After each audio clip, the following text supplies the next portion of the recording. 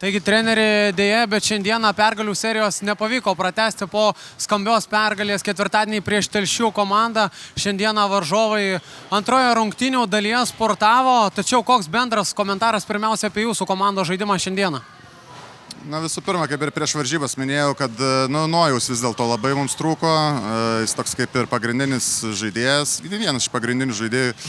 Tai jo pritrūko, nes kadangi po dviejų kėlinių, trečiam kėlinyje mačiau truputį nuovargio tokius požymius, kas įtakoja prastą žaidimą ir Mažeikių gerą puolimą, sakykime, su visa ta energija, su visais fanais, jie truputį mus pričiupo, kaip sakoma. Ir po to jau ketvirtam kėlinyje buvo sunku be pasivyti jos, tai manau truputį energijos mums šiandien pritrūko.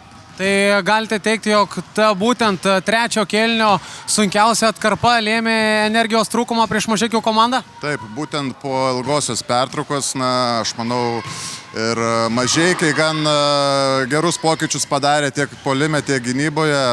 Tai manau, pasiruošė jie tam trečiajam kėliniui ir tikrai labai sveikinu Mažeikių su gera energija, atėjo į trečią kėlinį ir tiesiog mes neturėjome šansų būtent tam kėlinyje.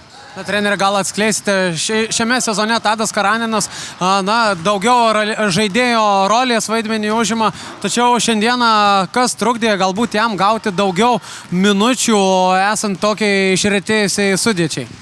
Na, mes kai prieš sezoną mes planavome, kad turėsim Julių Juciką ir Karaninas bus pakaitinis vidurio puolėjas, bet atsirado Norbertas Giga, kur tikrai solidus žaidėjas, mes kaip ir turėjome jį pasirašyti, tai dabar šiai dienai Tadui rotacijos kiek mažiau, bet jisai treniruojasi pilnai, yra pasiruošęs, jeigu ir kokia trauma ar kažkas nutiktų, tai tikrai jisai būtų vienas iš rotacijos žaidėjų. Na, treneri laukia dar pusė sezono. Kokie pagrindiniai tikslai išlieka antrai sezono dalį jūsų vadovaujamai komandai? Na, dabar ką tik iš Rūbinės išėjau, tai baigiame tą antrąjį ratą, pradėsime trečiąjį. Tai žaisime, kaip jau žinom, žaisime su antrojų pogrupiu, sakoma, ne? Tai ten komandos truputį galbūt silpnesnės, bet mes, aišku, nenuvertiname niekados jų.